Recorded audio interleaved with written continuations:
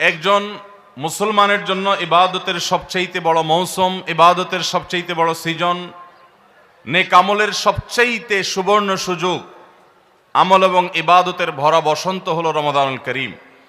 সেই রমাদানুল করিম আমাদের দোরগোড়ায় উপস্থিত হতে চলেছে। আজ আমরা কোরআন এবং হাদিসের আলোকে রমাদানের 27টি বিশেষ করণীয় বর্জনীয় সম্পর্কে কোরআন এবং হাদিসের আলোকে কিছু কথা আরজ করব। ওমা তৌফিক ইল্লা বিল্লাহ। বছরের 11 মাসে আমাদের আমল এবং ইবাদতের যেটুকু ঘাটতি হয়, যেটুকু ত্রুটি বিচ্যুতি থাকে, সেই ইবাদত এবং নেকামলের ত্রুটি বিচ্যুতি এবং ঘাটতি পোষায় নেওয়ার জন্য রমাদান হলো আমাদের জীবনের সবচেয়ে বড় এবং সুবর্ণ সুযোগ। রমাদান মাস উপলক্ষে বিশেষ যে 27টি আমলের কথা আমরা বলতে চাই, তার প্রথম আমলটি হলো চাঁদ দেখা। রমাদান মাসের চাঁদ শাবানের শেষ দিনে আমরা পশ্চিম আকাশে তালাশ করব, অনুসন্ধান করব। রমাদানের দ্বিতীয় আমল হলো সবচেয়ে গুরুত্বপূর্ণ আমল, সেটা হলো সিয়াম সাধনা, রোজা রাখা। প্রত্যেক প্রাপ্তবয়স্ক সুস্থ মস্তিষ্ক সম্পন্ন নারী এবং পুরুষ তিনি যদি মুসলমান হয়ে থাকেন, তাহলে সেক্ষেত্রে তার উপরে আল্লাহ রাব্বুল আলামিন রমাদানের দিনের বেলায় রোজা রাখা, সিয়াম সাধনাকে ফরজ করেছেন। প্রত্যেক প্রাপ্তবয়স্ক মুসলিম নারী এবং পুরুষ যদি সুস্থ সবল হয়ে থাকেন, আল্লাহ রাব্বুল আলামিন এই ফরজটাকে পালন করতে হবে। আল্লাহ বলেছেন, কুতিবা আলাইকুমুস সিয়াম, তোমাদের উপরে রোজা রাখাটাকে ফরজ করা হয়েছে। অতএব রমজানের দিনের বেলা রোজা রাখা হলো রমজানের সবচেয়ে বড় আমল। এটা হলো দ্বিতীয় আমল বলেছি। নাম্বার 3, রমাদান মাস উপলক্ষে রাতের বেলায় তারাবির নামাজ আদায় করা, এটা রমাদানের তৃতীয় আমল। নবী করিম সাল্লাল্লাহু আলাইহি সাল্লাম বলেছেন, মান কামা রমাদানা ঈমানান ওয়া ইহতিসাবা গুফিরা লাহু মা তাকাদ্দামা মিন যামবি। যে ব্যক্তি রমজান মাসে রাতে দাঁড়িয়ে ঈমানের সাথে, ইখলাসের সাথে আল্লাহর কাছ থেকে সওয়াব পাওয়ার আশায় তারাবির নামাজ পড়বে, তার পূর্বের সমস্ত গুনাহ খাতা মাফ করে দেওয়া হবে। রমজানের চতুর্থ আমল হলো সাহারি করা। আমরা অনেকে ইচ্ছাকৃতভাবে সাহারি করি না, হয়তো কখনো ভালো লাগে না সাহারি করতে, খাওয়ার রুচি থাকে না, আমরা সাহারি খাই না। সাহারি খাওয়া ছাড়াও যদি কেউ রোজা রাখে, রোজা হয়ে যাবে, কিন্তু সাহারি খেলে আপনার খাদ্য গ্রহণ হবে, পাশাপাশি আপনি সওয়াব লাভ করবেন। 5 নম্বর আমল হলো সাহারিটা শেষের দিকে খাওয়া। এখনো অনেক মুরব্বীরা আছেন গ্রামাঞ্চলে, তারা মাঝরাতে সাহারি খেয়ে ফেলেন, 12টা-1টার দিকে সাহারি খেয়ে ফেলেন। সাহারি খাওয়ার জন্য সবচাইতে উত্তম সময় হলো রাতের শেষ প্রহরের একেবারে শেষের দিকে। 6 নম্বর আমল হলো রমজান উপলক্ষে ইফতার করা। ইফতার মানে নাস্তা খাওয়া। সারা বছর আমরা দিনের বেলায় শুরুতে নাস্তা খাই, কিন্তু এর কারণে কোনো সওয়াব আমাদের আমল নামায় লেখা হবে এমন কোনো কথা বলা হয় নাই। কিন্তু রমজান মাসের সন্ধ্যা যখন আপনি ইফতার খাবেন, এই ইফতার খাওয়ার মাধ্যমে আপনি একটা সুন্নাহর উপর আমল করলেন, এটার কারণে আপনার আমল নামাতে একটা সওয়াব লেখা হবে। সওয়াবের আশা যদি আপনার থাকে, ইফতারের নিয়ত যদি আপনার থাকে, তাহলে এর মাধ্যমে আপনি সওয়াব লাভ করবেন। 7 নম্বরের আমল হলো ইফতারটা তাড়াতাড়ি করা, ইফতার বিলম্বে না করা। আমরা অনেকে আছি ইফতার অনেক বেশি দেরি করি। আমরা মনে করি যত দেরি করে ইফতার করা যায় ততই বোধহয় রোজাটা নিশ্চিতভাবে শুদ্ধ হয়, সঠিক হয়। এটা ভুল ধারণা। নবী করিম সাল্লাল্লাহু আলাইহি সাল্লাম বলেছেন, যতদিন পর্যন্ত এই উম্মত মুসলমান জাতি ইফতার দ্রুততার সাথে করবে, অর্থাৎ ওয়াক্ত হওয়ার পর আর বিলম্ব করবে না, ততদিন পর্যন্ত তারা কল্যাণের মধ্যে থাকবে। 8 নম্বরের রমজানের আমল হলো ইফতারের দোয়া পড়া। ইফতারের দোয়াটা আমরা অনেকে জানিও না, আবার অনেকে জানলেও সেটা কখন পড়তে হয় সেটা জানি না। ইফতারের শুরুতে বিসমিল্লাহ বলে ইফতার শুরু করতে হবে, ইফতার করার শেষ, এরপরে দোয়া পড়তে হবে। আমরা অনেকে ইফতারের আগে দোয়া পড়ি, এই দোয়াটা ইফতার দোয়াটা পড়তে হয় ইফতারের পরে। দোয়াটা হলো যাহাবাজ জামা ওয়াবতাল্লাতিল উরুক ওয়া সাবাতাল আজরু ইনশাআল্লাহ, এটা হলো দোয়া। 9 নম্বরের আমল হলো ইফতার এবং সাহারি উভয়টাতে খেজুর খাওয়া, এটা সুন্নাহ। খেজুরের মধ্যে প্রচুর খাদ্য শক্তি আছে। আমরা রমজান মাসে যে রোজা রাখি, সারাদিন পানাহার বর্জন করে থাকি, আমরা যদি সাহারিতে খেজুর খাই, আমাদের শরীরে প্রচুর পরিমাণ খাদ্য শক্তি থাকবে। 10 নম্বরের রমজানের আমল হলো দিনভর বেশি বেশি দোয়া করতে থাকা। ভাইরা আমার, রোজাদার ব্যক্তির দোয়া আল্লাহ রাব্বুল আলামিন ফিরিয়ে দেন না। রোজাদার ব্যক্তি দিনভর আল্লাহর কাছে দোয়া করতে থাকলে সে দোয়া কবুল হয়। নবী করিম সাল্লাল্লাহু আলাইহি সাল্লাম বলেছেন যে কয়েক ব্যক্তির দোয়া ফেরত দেওয়া হয় না, এর ভিতরে একজন হলেন আস-সাইমু হাত্তা ইফতির। রোজাদার ব্যক্তি ইফতার করা পর্যন্ত তার দোয়া কবুল হতে থাকে। আপনি রোজাদার অবস্থায় দোকানে কাজ করছেন, খেতে খামারে কাজ করছেন, আপনি ব্যবসা প্রতিষ্ঠানে কাজ করছেন, আপনি রাস্তায় হাঁটাচলা করছেন, মা বোনরা বাসা বাড়িতে গৃহস্থলী কাজকর্ম করছেন, এই কাজের ফাঁকে ফাঁকে ওযু নেই, অসুবিধা নেই, এই অবস্থায় আপনি দোয়া করতে থাকেন। রোজাদার অবস্থায় দোয়া কবুল হয়। সারাদিন আপনি মনে মনে আপনার চাওয়াগুলো আল্লাহর কাছে নিবেদন করেন, আল্লাহর সাথে আপনি কথা বলতে থাকেন, কারণ দোয়া কবুলের একটা মোক্ষম সময় হলো রমজান মাসে এই রোজা অবস্থায়।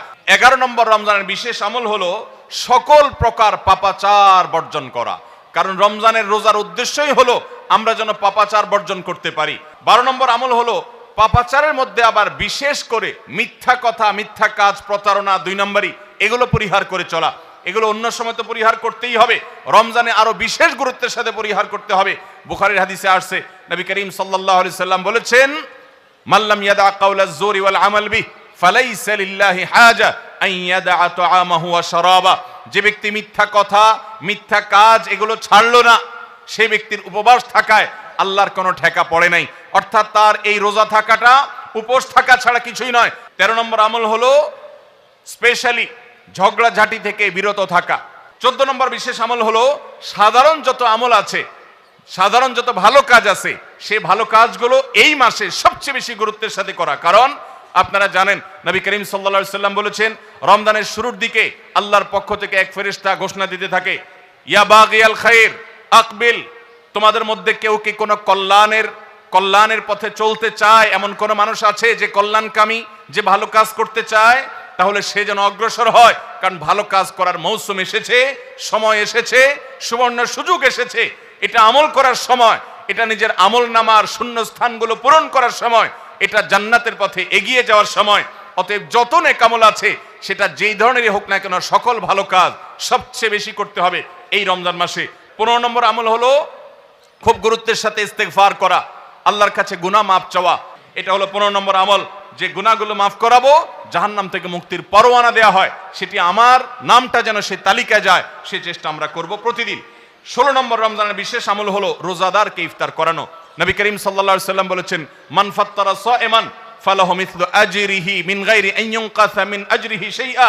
যদি কেউ কোনো রোজাদারকে ইফতার করায়, আল্লাহ রাব্বুল আলামিন ওই রোজাদারের রোজার কারণে তিনি যে সওয়াব পেয়েছেন তারটা তিনি পাবেন, অতিরিক্ত বোনাস হিসেবে যেই লোকটা ইফতার করালো রোজাদারকে, আল্লাহ তাআলা তাকে সমপরিমাণ সওয়াব দান করবেন। 17 নম্বর রমজানের স্পেশাল আমল হলো যে রমজানের বিশেষ গুরুত্বের সাথে কোরআন তেলাওয়াত করা। কারণ রমজান মাসের পরিচয় দিতে গিয়ে আল্লাহ তাআলা কোরআনে বলেছেন, শাহরু রমাদান আল্লাযী উনজিলা ফীহিল কুরআন। রমজান এমন মাস যে মাসে কোরআন নাজিল করা হয়েছে।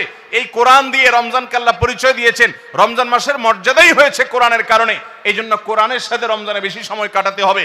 কোরআনের হালাকা করবেন, কোরআনের মজলিস করবেন, কোরআন শিক্ষার আসর করবেন, ইমাম সাহেব মুয়াজ্জিন সাহেবকে দিয়ে প্রতিটা মসজিদে মসজিদে মুসল্লিরা কোরআন শুদ্ধ করবেন, বিশুদ্ধ করে তেলাওয়াত করবেন। কোরআন প্রতিদিন একটু একটু করে তেলাওয়াত করবেন।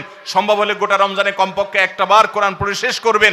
18 নম্বর আমল হলো কোরআন তেলাওয়াত করার আমল। আমরা সবাই জানি, কিন্তু কোরআন রমজান মাসে নবী করিম সাল্লাল্লাহু আলাইহি সাল্লাম শোনাশুনি করতেন, এটা আমরা অনেকে জানি না। জিবরিল আলাইহিস সালামের সাথে নবী করিম সাল্লাল্লাহু আলাইহি সাল্লাম কোরআন শোনাশুনি করতেন। তিনি জিবরিলকে শোনাতেন, জিবরিল তাকে শোনাতেন। এই জন্য রমজান মাসে আপনি কোরআন তেলাওয়াত করে আপনার স্ত্রীকে শোনান, স্ত্রী তেলাওয়াত করবে, আপনি শুনেন, আপনি অন্য কারোর সাথে এভাবে শোনাশুনি করেন। 19 নম্বর আমল হলো সাদাকা করা, দান করা। 20 নম্বর আমল হলো সাহরি খেতে আমরা যখন উঠি তখন একটু তাহাজ্জুদের নামাজ পড়া, একটু দোয়া করা। এই সুযোগটা 11 মাস আমাদের হয় না। তাহাজ্জুদের নামাজ এত গুরুত্বপূর্ণ যে কোরআনে কারিমে আল্লাহ রাব্বুল আলামিন এই নফল আমলের নির্দেশ করেছেন, অমিনাল লাইলি ফাতাহাজ্জাদ বিহি নাফিলাতাল লাক। রাতের কিছু অংশ নফল হিসাবে তুমি তাহাজ্জুদ পড়ো। ভাইরা আমার, 5 ওয়াক্ত নামাজের জন্য ডাকে মুয়াজ্জিন আজানের মাধ্যমে, আর তাহাজ্জুদের জন্য ডাকেন স্বয়ং আল্লাহ রাব্বুল আলামিন। 21 নম্বর আমল হলো আল্লাহ যাদেরকে সামর্থ্য দিয়েছেন তারা উমরা করবেন। রমজানে উমরার ফজিলত হলো, নবী করিম সাল্লাল্লাহু আলাইহি সাল্লাম বলেছেন, উমরাতুন ফি রমাদান তাআদিলু হাজ্জাহ। রমজানের একটা উমরা একটা হজের সমতুল্য। 22 নম্বর আমল হলো রমজানে দিনের বেলা রোজা রেখে বেশি বেশি মেসওয়াক করবেন। আমরা অনেকে এটা জানি না যে রোজা রেখে মেসওয়াক করা যায়। আমরা বরং অনেকে মেসওয়াক করি না যে রোজা দুর্বল হয় কিনা। অথচ আম্মাজান আয়েশা রাদিয়াল্লাহু তাআলা আনহা বলেছেন যে আমি নবী করিম সাল্লাল্লাহু আলাইহি সাল্লামকে রমজান মাসে রোজা রেখে এত বেশি পরিমাণে মেসওয়াক করতে দেখেছি যে গুণে শেষ করা যাবে না। এই জন্য রমজান মাসে আপনার পকেটে মেসওয়াক থাকতে হবে। 23 নম্বর আমল হলো রমজানের শেষ 10টা দিন ইতিকাফে বসে যাওয়া। যাদের তৌফিক আছে মসজিদে ইতিকাফে বসে যাবেন। 24 নম্বর আমল হলো রমজানের শেষ দশকে বেশি বেশি ইবাদত করার চেষ্টা করা। বুখারী শরীফে আসছে নবী করিম সাল্লাল্লাহু আলাইহি সাল্লাম সম্পর্কে আম্মা জান আয়েশা বলেছেন, ইদা দাখালাল আশর, রমজানের শেষ 10 দিন যখন শুরু হতো তখন নবী সাল্লাল্লাহু আলাইহি সাল্লাম কি করতেন? আইকাজ আহিয়া লাইলা, সারা রাত আর ঘুমাতেন না। শেষ 10 দিন সারা রাত ঘুমাতেন না। ওয়াসাদ্দা মিযজারা, কোমর বেঁধে নিতেন। ওয়াইকাযা আহলা, এবং তার পরিবারকে তিনি জাগিয়ে তুলতেন। আরেক হাদিসে আসছে নবী সাল্লাল্লাহু আলাইহি সাল্লাম বলেছেন, কারণ নবী সাল্লাল্লাহু আলাইহি ওয়াসাল্লাম ইযা দাখালাল আশর ইয়াজতাহিদু ফীহি মা লা ইয়াজতাহিদু ফী গায়রি, নবীজির জীবনে কখনো ইবাদতের জন্য এত চেষ্টা করতেন না যত চেষ্টা করতেন রমজানের শেষ দশকে ইবাদতের জন্য। 25 নম্বর আমল হলো লাইলাতুল কদর তালাশ করা। নবী করিম সাল্লাল্লাহু আলাইহি সাল্লাম বলেছেন, তাহাররু লাইলাতুল কদর ফিল ভিত্রি মিনাল আশরিল আওয়াখির মিন রমাদান, তোমরা রমজানের শেষ দশকের বেজোড় রাতগুলোতে লাইলাতুল কদর বেশি বেশি করে তালাশ করো। বেজোড় রাতগুলোতে বেশি বেশি, শেষ দশকের প্রত্যেক রাতেই জেগে জেগে ইবাদত করা কদর হতে পারে সে আশায়। কদরের একটা রাত যদি ইবাদত করতে পারেন আপনি, তাহলে 1000 মাস ইবাদতের চাইতে বেশি উত্তম হবে, আপনার আমলনামাতে সওয়াব বেশি জমা হবে। 25 নম্বর আমল হলো লাইলাতুল কদর তালাশ করা শেষ দশকের সবগুলো রাতে, সম্ভব না হলে বেজোড় রাতে। আল্লাহ আমাদেরকে তৌফিক দান করুন। আর 26 নম্বর আমল হলো লাইলাতুল কদর যদি আমরা পেয়ে যাই, মনে হয় যে এটা লাইলাতুল কদর হতে পারে, তাহলে একটা বিশেষ দোয়া পড়া। দোয়াটা হলো আল্লাহুম্মা ইন্নাকা আফুউন তুহিব্বুল আফওয়া ফাআফু আন্নি, হে আল্লাহ আপনি ক্ষমাশীল, আপনি ক্ষমা করতে ভালোবাসেন, পছন্দ করেন, আপনি আমাকে ক্ষমা করুন। এই দোয়াটা পড়বো তো ইনশাআল্লাহ। 27 নম্বর এবং সর্বশেষ আমল হলো রমজানের শেষে, ঈদের চাঁদ দেখা যাওয়ার পর অথবা ঈদের চাঁদ দেখা যাওয়ার একদিন আগেও করা যায়, ফিতরা আদায় করা, গরিবদের বাসায় খাদ্য পৌঁছে দেওয়া। এটা কেন করব? নবী করিম সাল্লাল্লাহু আলাইহি সাল্লাম বলেছেন, যাকাতুল ফিত্রে তুহরাতান লিস-সাইমি আনিল লাগবি ওয়ার রাফাস ওয়া তু'মাতান লিল মাসাকিন।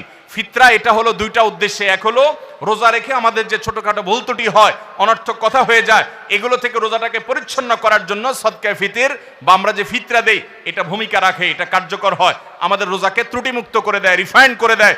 আর